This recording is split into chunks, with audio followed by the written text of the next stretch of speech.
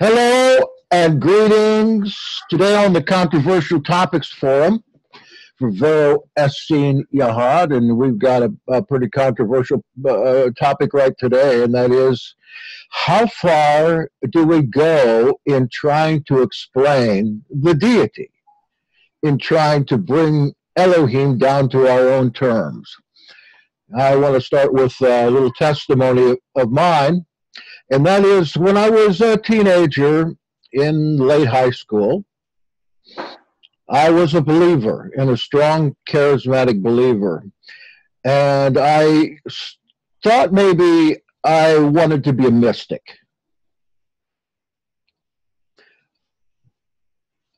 So I turned into a subject that I was really interested in, and that was dream interpretation.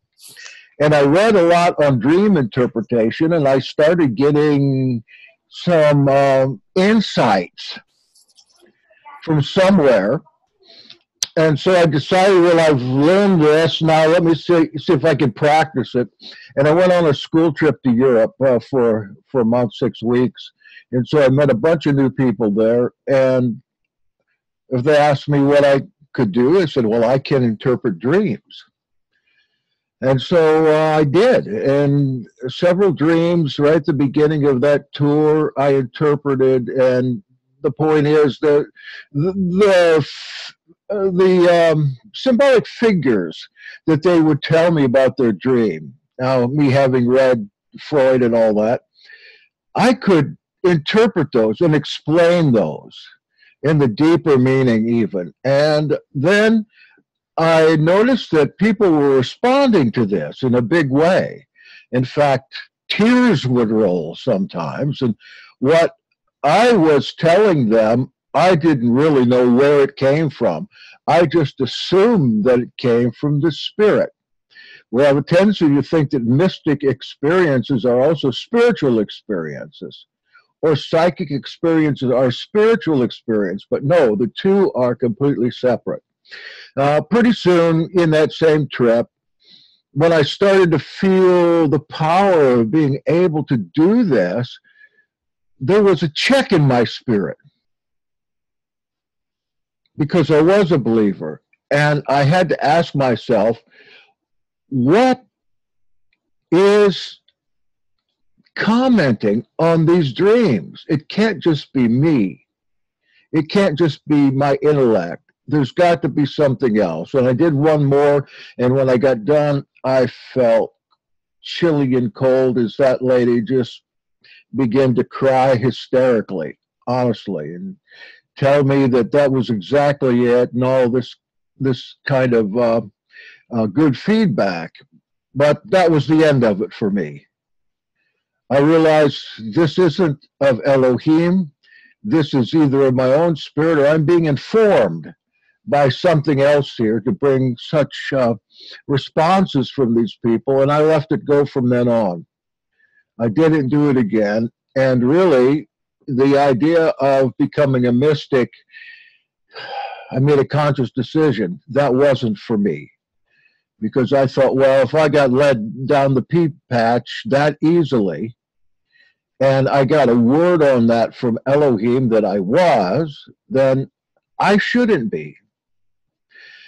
So I call the story that I asked you if you had a chance to read, I call it the Roach Motel. It's a story of Carl that pretty much went the same route as I did, but he didn't stop. He was a young fellow who had religious training. He was a part of a church, and his parents were Christians. But from the earliest time, Carl desired to seek to understand God.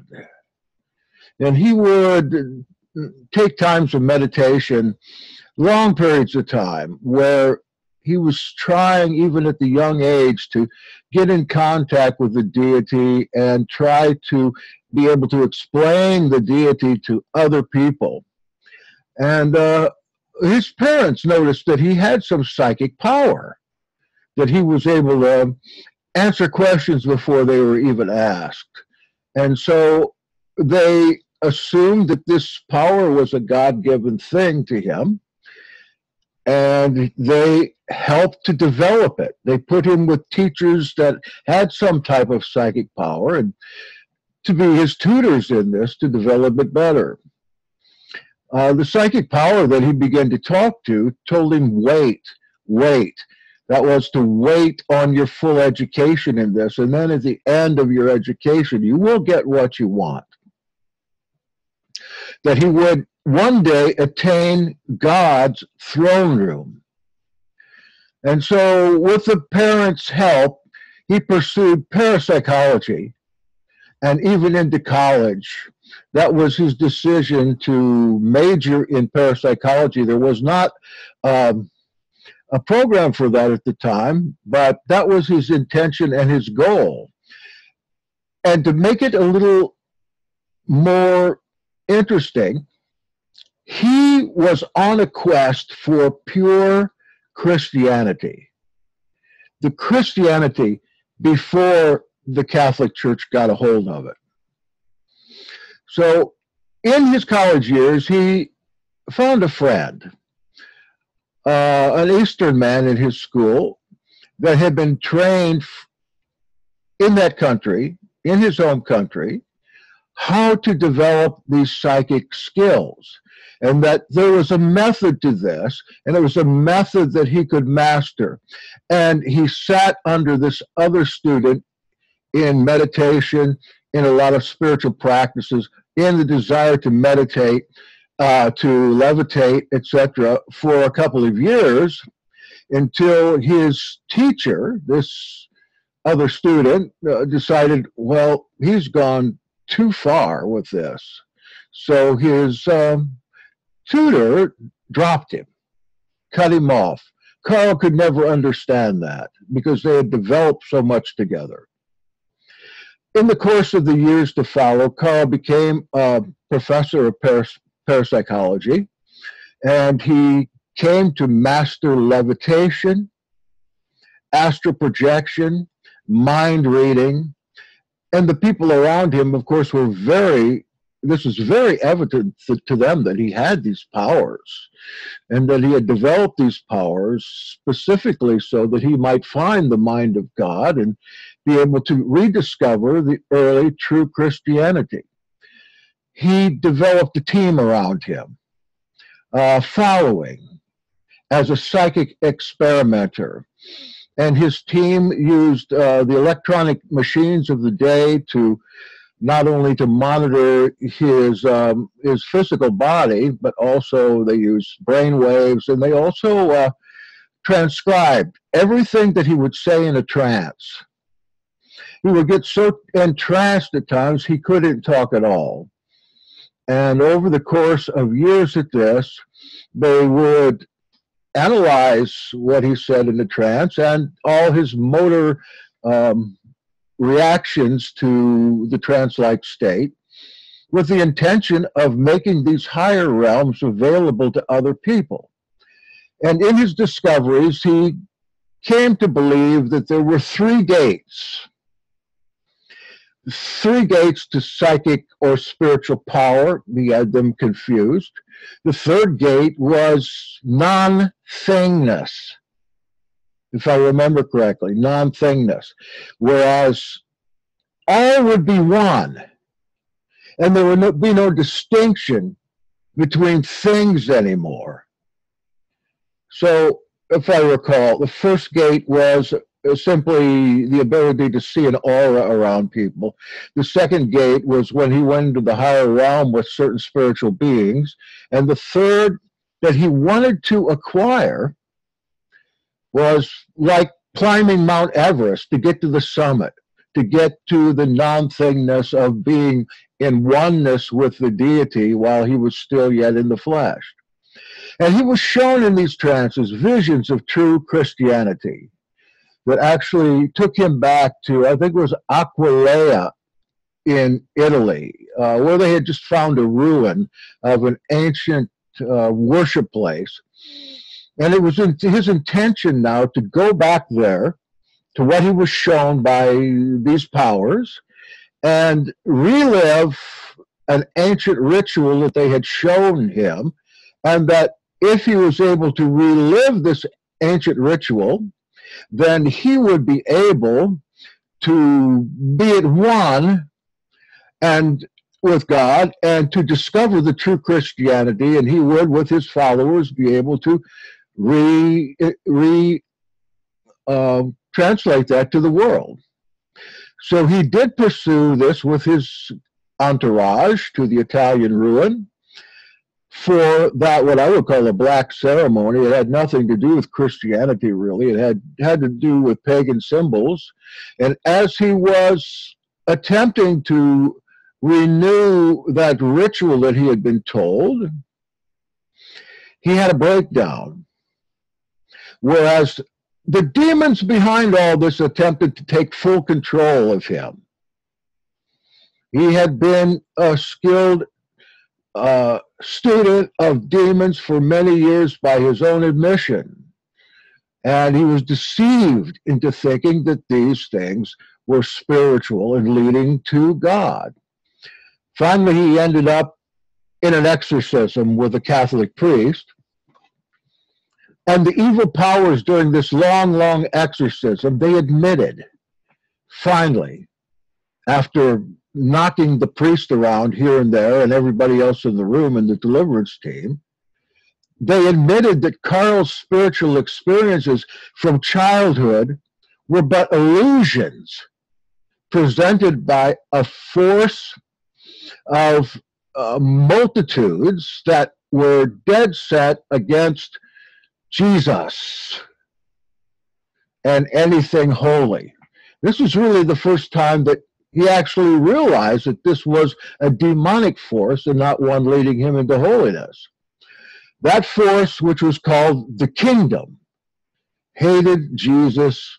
I use the term Jesus because that's what he used, and all holiness. And that Carl's scheme of finding and experience God, all that he had documented for years, all he had worked for in his career, his whole life was part of an illusion that he began to worship. He began worshiping the illusion, trying again to pigeonhole the Almighty and make the experience that he thought were spiritual available to all people in what he considered to be the earliest Christianity. And when that exorcism came over a period of months, finally, when he was exorcised, because there was still a hold in him of good, he had given his life over to Jesus early on. But from then on, he had abandoned Jesus, but still that part of him was there. So he wasn't completely overcome by the demonic. That's why his exorcism took so many months. But he was a willing participant in the exorcism. But when it was done, all those psychic powers that he had built up and developed for years and years, they disappeared. Now, Carl's mistakes, I figure, was, number one, assuming psychic powers and spirituality, they were the same thing. They're both different realms. And certainly the demonic realm is a type of spirituality, but the demonic realm works through a person's ideas of their psychic power. That's why when we talk about our psychic friends, they're not our friends at all. Second of all, that all his work developing these powers and the theory of deity was not of the creator of the universe, but some other truth that was totally against the creator. Another mistake, that his science of the three gates and God was a strong delusion, not the real thing that he subjectively supposed and taught to so many others. And finally, listening to and believing the voices in his head. why this was so interesting to me, besides my little foray into the mystical as a teenager, is that today, so many years later, we have people that are reducing Elohim to some kind of scheme. There are so many different schemes, yet it seems the proponents of these schemes don't realize that they are a personal tool of maybe trying to understand better, but they are in no way an explanation of the Creator. We humans, we need to explain things. Like, explain God in a subjectively scientific way. Then we need to pass our subjectivity on to others to make disciples of it. And we are bid to make disciples of all nations. But disciples of what? There is an entity around whom we are to make disciples for. And that is not to see the eye of God or make out a scheme of the heavens, but rather to promote Yahshua HaMashiach. But can the Creator of the universe and the ways of spirituality be mapped out in the human mind, except in a completely subjective way?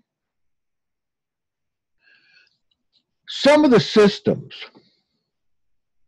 include, I am not trying to, I'm looking on who's on here. I'm not trying to exclude or upset anybody, but one of the schemes that seems to me, that I have been wrestling with anyway, is Kabbalah. We have a scheme here where the deity is broken down into Sephiroth, and Sephiroth are broken down into other things, that each of these Sephiroth has its name. One of them is even Yahweh. What a scheme that is. I think of Eastern religions, especially Hinduism, broken down into such a subjective, yet at the same time, so difficult a system. It takes a whole life to understand it. I was looking into the Bhagavad Gita in the last couple of weeks, trying to get some idea of the system of Hinduism. It's a huge book that supposedly explains how to map out spirituality and the Godhead, which they don't believe in a Godhead, really trying to get to nothingness or oneness with something. But it takes an unclean spiritual entity to even explain that. It is so convoluted, so large, that some of the people, you've known them as well as I have, they get so deep into the ideas of Trinity and God as male and female, God as child and daughter. These are completely subjective systems. They get so deep into some of these things that they believe that this is really how it is. I'm going to mention somebody that I admire on his work in this. That's Herbert Armstrong and his Elohim family idea. But again, it's subjective. It comes out of our limited understanding. Now, that's why I call it the Roach Motel. Because we get so down far into these speculations and maps and spiritual pathways that we can end up in a room or a blind alley that shuts us off. We can't get out anymore, especially if that way turns out to be a demonic way. Like the dream interpretation, I have to now consider that I am totally unable to make a system out of Elohim, out of ways to get to Elohim, ways to entrap his powers in me, or even Jesus' powers. I admit, I am not smart enough for that. But some people I meet, they're so smart and they're able to explain their system so well that there is nothing else but that.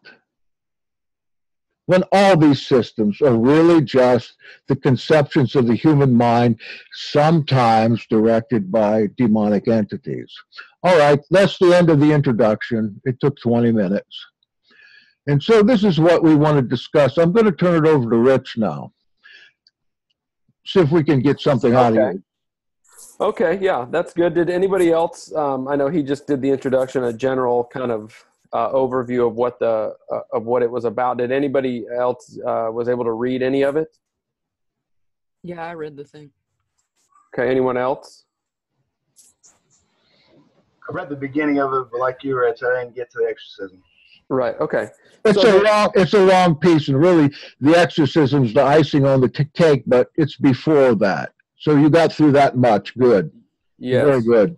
Yeah, and I heard you discussing in general some of the specific details, but I'd like to just get maybe Allison and or Desmond's thoughts on it in general, and if anything stood out to you guys that maybe he didn't go over. Well, one of the first things I noticed, which to me seemed like obvious, and to this guy who, knew about the Bible and what it said seemingly should have been obvious to him as well, I think, is the idea of the rituals. That it's not about rituals. It's not about these physical things that we could do that are prescribed or whatever. It's about your heart for Yah and whether or not you believe him. And it seemed like, I don't know, like in the very, very beginning when he's, walking around that church in Italy or what I think it was, and he's like looking for this medallion places to sit, and he's sitting there just saying random words to himself and stuff. I'm like, could he not see? Yeah. Then? Well, further back than that, when he was a kid and he had his first experience, there's two things that bothered me there. One was the vision he was given was, yes, it was sort of everything was one, and it was something he was very interested in, but that he felt like if he didn't, and this happened several times along his life, it got stronger. He felt like he would be abandoned and damaged and all alone if he didn't seek this out. And the other point was when he was a little boy and this happened, he started to become secretive about his abilities and to hide. Now, to me, if you're having to hide something, that's not a good thing. That's not, everything will be seen in Yah's eyes. You can't hide, and if it's something you feel you need to hide, it's probably not of Yah.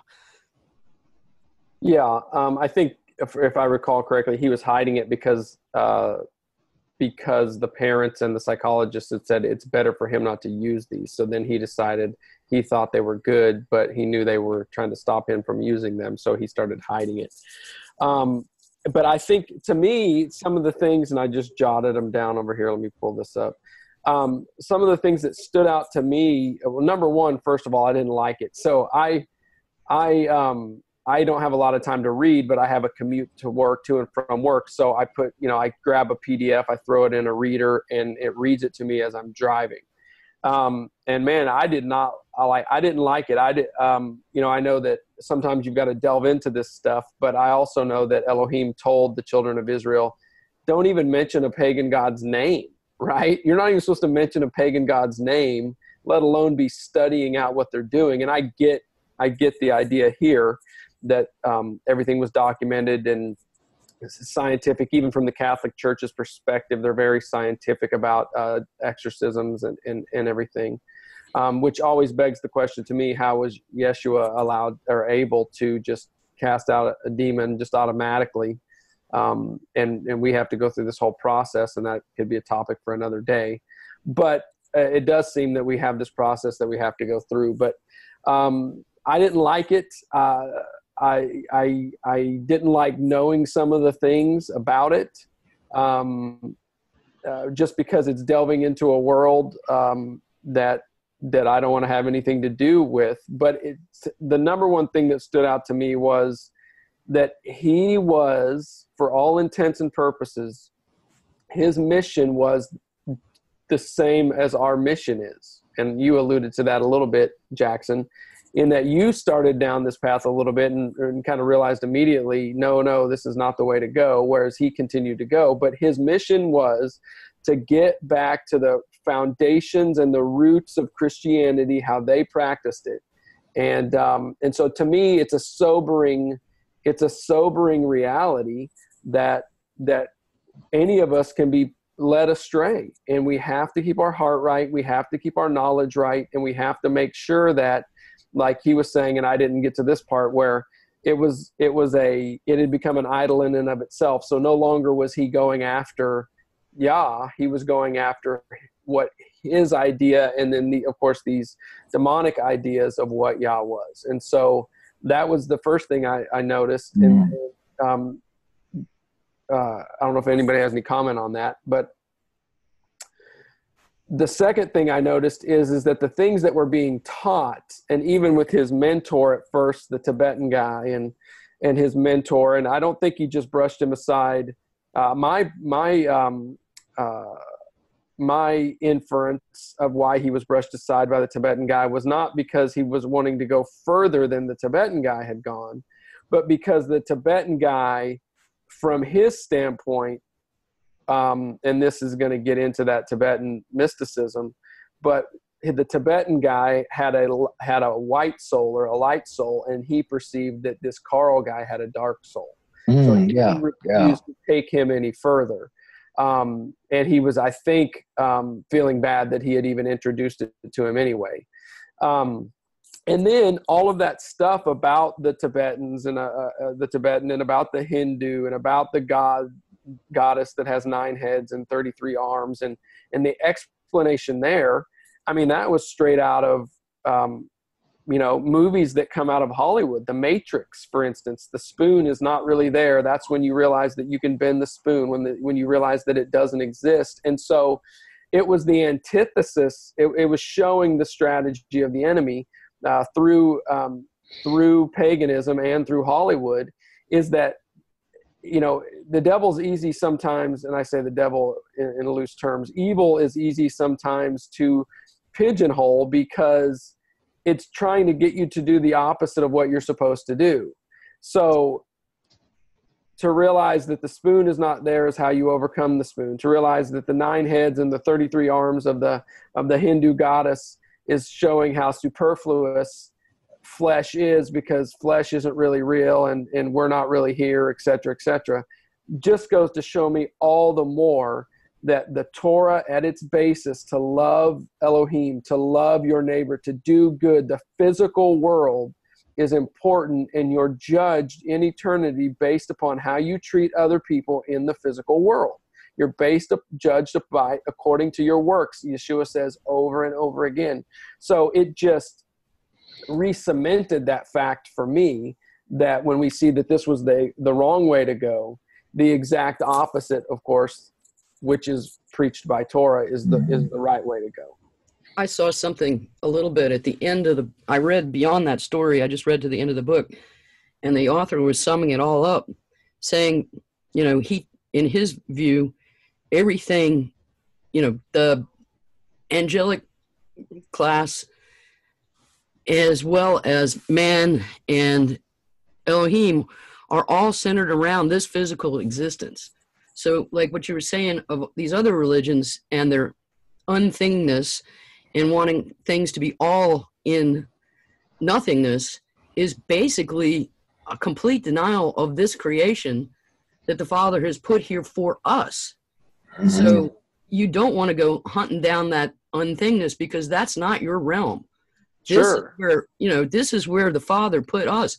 The other side, the opposition, does not like our world. They don't like us for whatever reason, that we were created nearly to their level. or that, you know, they can't live in our level the way that we do because of their formation, and that makes them want to destroy us, and destroying us would make us go into that unthingness. Yeah, absolutely. Okay. Go ahead, Jackson. I want to justify myself a little bit on something you said. Okay, sorry. I wasn't trying to. No. I think that my life in ministry has been geared to helping people. I have worked extensively in deliverance ministry in the past. Haven't really touched it for a decade, but before that, all the time. And in order to minister this to other people, it's important to know the wiles of the enemy. One of the things I learned again from this, it was in the transcript of the exorcism, where these priests made big mistakes. Like, for instance, questioning the demons there, asking them, getting off the track of the deliverance and trying to get more knowledge out of them than necessary, I think caused those deliverances to be much longer than they need to be.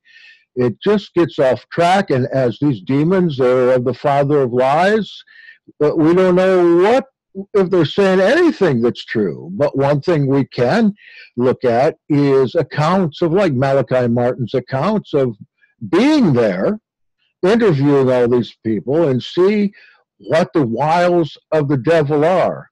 I agree with you. That ministry is a dirty, filthy ministry, and a lot of exorcists end up bad. They end up really bound up. Look at the, if you read the whole book, you can see the fate of those Catholic priests. They were nowhere near ready for this kind of stuff. But I was able to, if I do this again, and I probably will, I was able to see where the big mistakes are. You get the thing talking to you, and do you want to have a conversation with them, or do you want to get them out of there?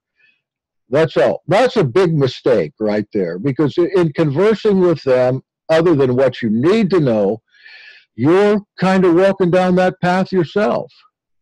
Yeah, I can see that. No, I agree. I just, that's why I have the question, why was Yeshua able to do it and some other people able to do it without talking too much with them, and I've had to do the same thing where I'm having to get certain information and go places I didn't necessarily want to go to get it out. So yeah, I agree. I just would like to be cleaner about it and be better. Yeah. Well, you know, it's like Daniel said in an interview we did this week. He pointed out the sons of Siva. Jesus I know, Paul I know, but who are you? These guys trying to exorcise a demon out of a guy. The demons didn't know him, those people, because they were not known in that world as having any power at all. They said, casting him out by the name of the one that Paul preaches. So these things obviously have a great intelligence, great ability to lie, to deceive. That's what their whole point is. And then to eat you up if they possibly can. Absolutely. Go ahead. I wanted to comment on the, stark difference I see from stories about exorcism.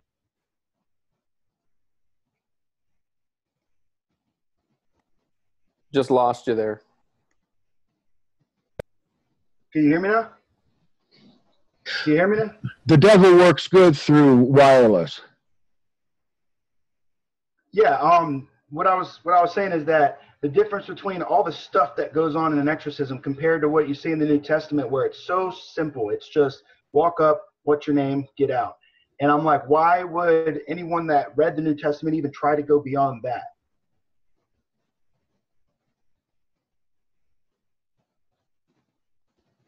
Yeah.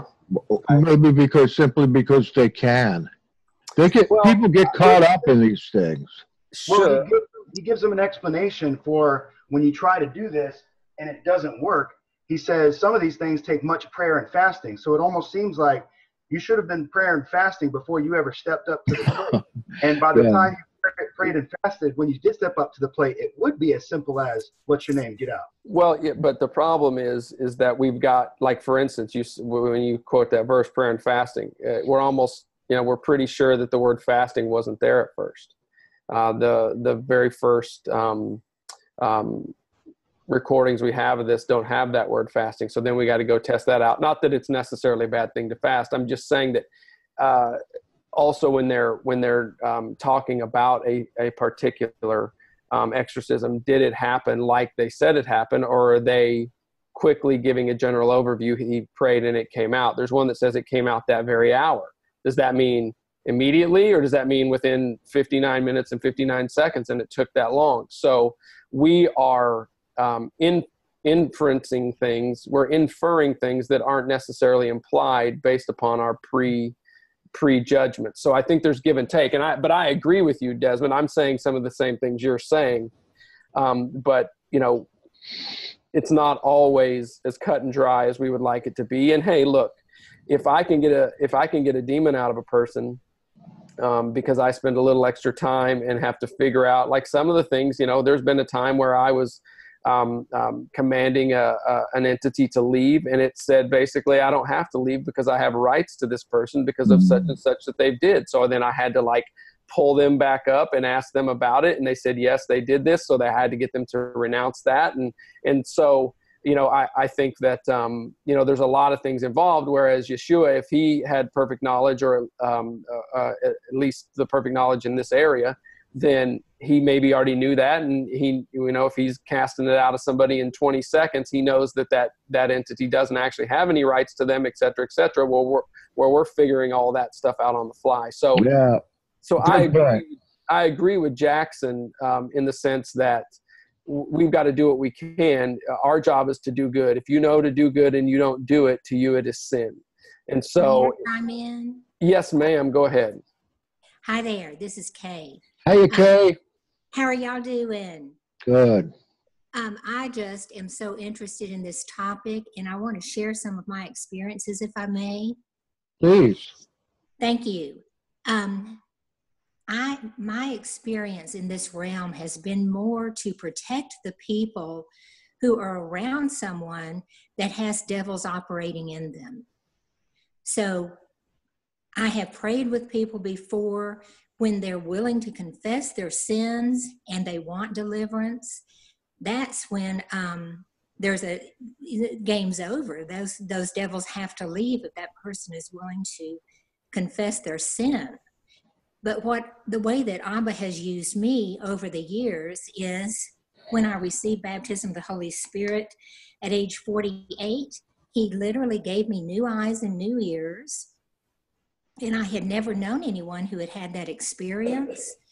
So as I continued, we were beginning to get into the Messianic walk at that time, and so we started keeping the Shabbat and learning about the feast. And there was a leader who had been a former Baptist preacher, and he was a poser.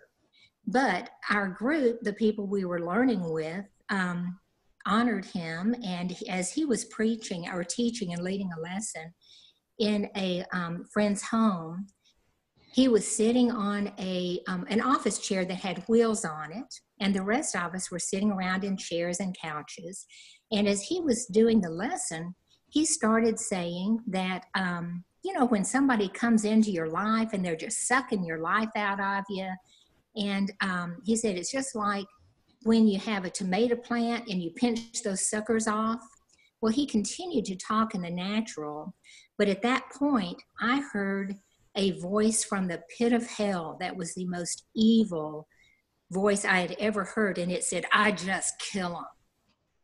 Well, I thought that everybody in the room heard that. And I looked around and people were just smiling with their hands crossed, just shaking their heads, going along with him.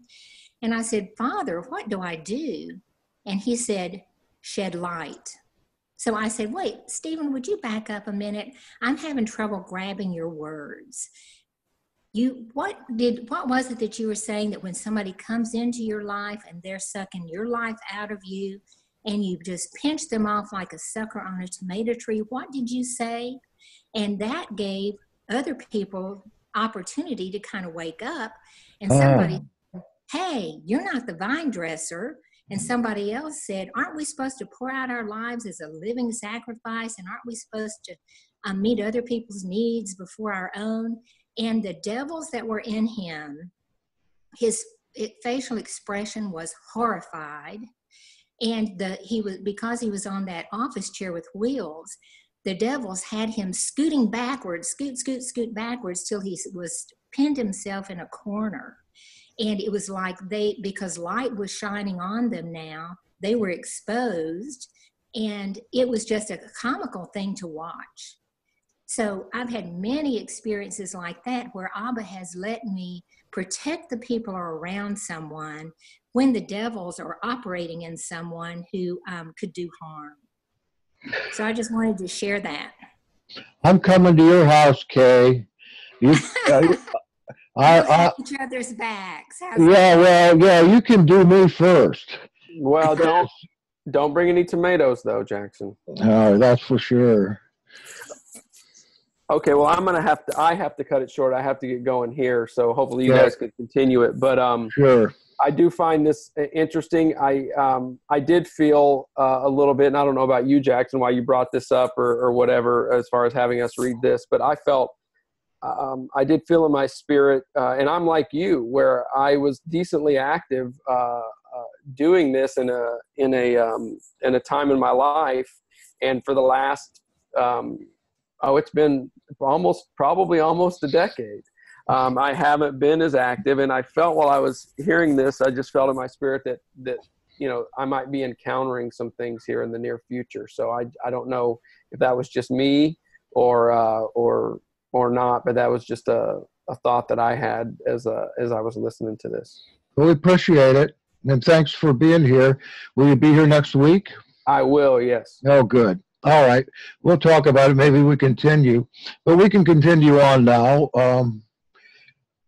and see where we can go with this right now. The last 2 weeks, I don't know, Kay, if you've listened to our stuff, especially the last week, the controversial forum and the sermon that I did. We've been on this subject, and I've been personally feeling somewhat guilty because I have avoided this subject, and it's really essential now more than ever, because I think we all believe the pit's been opened. A political situation in this world is obviously demon-filled, as are so many of our leaders. And the devil doesn't even bother to hide in some cases anymore. We are to expose, like you said, expose evil to the light. And the suggestion is, wherever you find it, expose it. But what I have heard from a number of people that have been on the last couple weeks, and that is that this is too dirty for me to get into, or this is too complicated. And I say, yes, if that's the way you feel, definitely, because this is a calling. Kay, you're the one that heard that, and you exposed it. The other people in the room, it just went over their heads.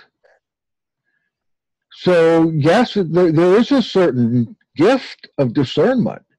It's a spiritual gift, and it's something that we can receive if we're called in this direction. But if you're not, and you take it on, you may find yourself in worse shape than you started out, because the devil wants you to pay and find other ways for you to pay. So let's get a team going, Kay. That sounds great. I'll just stand by and watch you, okay? We can learn from each other. Well, go ahead, sorry.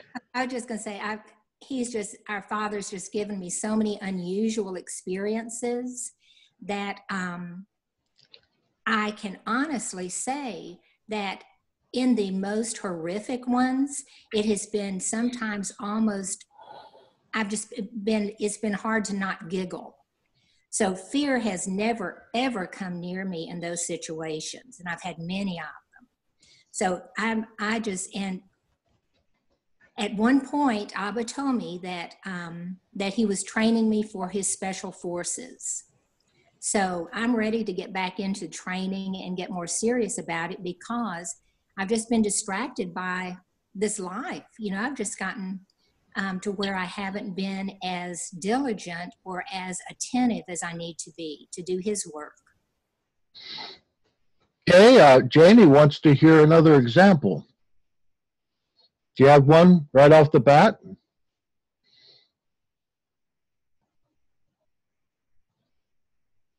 Okay, I'm trying to think. There are, he lets me hear the devils that are operating. I hear more than I see. And whenever I hear someone, a devil operating in someone, it's just, I just feel this need to redirect them and to remember that it's not the devils that I'm fighting against, that their devils are trying to get my devils to get riled up. So my goal is to do my best to keep a mind and a heart of love and listening to Yeshua, and what would Yeshua do in this situation? What words of life would he speak in this situation, so that I can speak to the heart of that person and ignore the devils, and not respond to the devils, but deal with the heart of the person, so they're able to get free and correct their thinking and overcome the vileness that's trying to operate in their lives. Did you happen to listen to the forum last week? If you got a weak stomach, I would not suggest you even listen to it. You know, I was out of state at family's visit, and my husband did hear it, and he told me this morning that we need to put it on today because he wanted me to hear it. So we will listen to that today. It's an extreme case, and let's see. I have written most of mine in a book, but a lot of times somebody was talking about being prepared. The people that I've had to deal with weren't believers. Most of the time they weren't believers. They would not make a commitment to Yahshua. They would not do that ahead of time, but they came in wanting deliverance because they knew something was after them. And I'd say probably 5 out of 10 times they will get up and rush out before the thing's over. You're just getting started. These things start coming out. They hear what's coming out of them, and it's too scary for them because they don't have any spiritual foundation. And they don't have the covering that is needed because Yeshua has won the battle. If they don't have his victory already, then they're vulnerable from that point on. Well, Sunday night, if you want to hear some experiences, come on at 9 o'clock, because I'll be doing experiences about this. And 9 o'clock Eastern tomorrow night? Eastern time. Yeah, it's tomorrow night, as a matter of fact. But, okay, thank you. These things are disembodied, and we have worked on them when they weren't in anybody. But there is a whole range of these entities, from insectoid clear up to the ones with names and faces and the ones that appear. There's a whole gamut, and they all work different ways. And I'll tell some about that tomorrow night. I think I'm supposed to move in this direction. That's how it came up, at least for me. Because when I look back after reading Hostage to the Devil again, I look back and I think I've had so much dealing in this, but I haven't dealt with it lately. And you know why? Because my ministry partner passed away, 8 years ago. Is it 8 years ago now? Yes, that's my wife. She passed away. And we had gotten to the point where we were working as a team and really well in the spiritual gifts. And when she was gone, I just didn't do it anymore, with the exception of one time. But I have horrifying stories. Horrifying, but mainly because nobody else would do it, or somebody would come to me and want it. It's not like, yeah, let's get in there and fight devils. That's just the opposite. But you see, there's an obligation on you. There's an obligation that you expose evil and that you be ready to deal with it when it's exposed. It's something you can learn. But yes, you need to have a pretty strong stomach to do it. I explained, I guess it was last Shabbat's message. I talked about the cursed ring. Listen to that one too. What I tell are true stories, and there's about as many failures as there are successes in this realm. Especially, I never succeeded with a person that didn't believe in the first place. They just come, say, I hear you do this. Can you do this for me? And we can try, but unless you're willing to make a commitment to start off with, then again, they end up running out the door at one time or the other. You know, I've had a young girl come to me one time, and she was not willing to make a commitment to Yeshua. And she was just doing a lot of research of all kinds of religions. And she came to me and said, witches have attacked me. I'm targeted by witches. How do I battle them? And I said, I know how to battle them personally, but if you don't have Yeshua, you don't have a chance. You are their fodder. That's for sure. And you know, one of the things that are overlooked the most are the witches that are assigned. Witches are assigned places from their covens, and they can be under ground in your church or in your community or in your family for years. I have known many of them. Well, I'd like to hear about that. You think about it, Kay. If you can get on tomorrow night, let's share some things. Okay, thank you. And I will listen to last week's talk. And what was the other one that you just mentioned? Curse of the Ring, my husband's saying. Is that it? Yeah, that was on Shabbat morning at 11 o'clock. Okay. I'll be glad to send you over links to these, or if anybody wants them, you know, just... If you would, I'd appreciate it. And I'll listen to them before tomorrow night. Thank you. All right. Just put in chat that you want some links, and I'll send them over to you. I've got everybody's email address, I think, here. I have a question. Yeah. What's the best book that you know of to prepare you and train you to do stuff like this? Well, I think that the ones that I have passed around to people are Charles Kraft and Francis McNutt. They taught me a lot, and I've been exercised myself in Francis McNutt's ministry for a particular problem I had. These are quasi-Protestant movements. I don't go to any of these guys that are independents. I wouldn't go there because you don't know what you're getting there. You've got to have a systematic group. If you're going to go into this, you've got to have a team to do it. You don't want to do it by yourself or just with two people. Yeah. But yeah, you can get Kraft's ways, Charles Kraft's ways. I don't know if they get down deep, but that's like a beginner's book. Yeah, I've learned some of that and tried some of that, and it seems effectual to a certain point. Uh-huh. And then it doesn't, and I'm just looking for better technique. May I share something? May I share something, Jackson? Sure. Thank you. I've heard you mention the book Pigs in the Parlor before, and I kind of felt like your impression of it was not real positive. So I may have been wrong about that. But right after I received baptism of the Holy Spirit, and I was given eyes and ears and was seeing all kinds of demonic activity around me, a friend gave me that book, and I sat on our bed, and at the end of the book there's a whole list of activities that provide open doors for the devils. And I started on that list in prayer, and I said, Father, help me please remember any experience that I've had with these things so that I can confess it and ask forgiveness.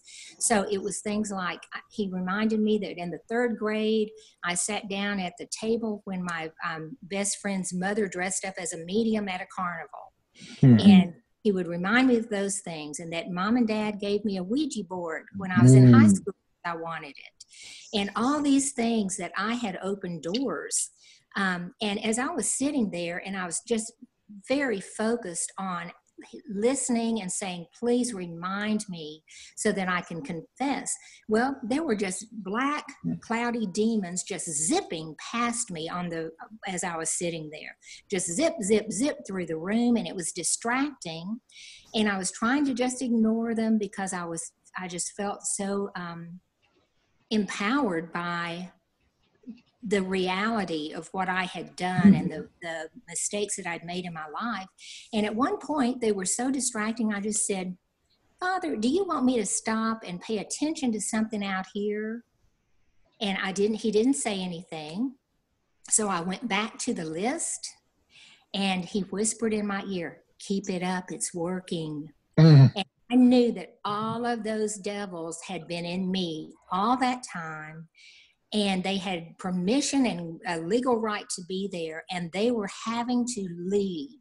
And I was seeing them go, and it just was such an exciting experience. Pigs in the Parlor is a great book. It's one of the first ones I started with. It's older. It's like the shotgun approach.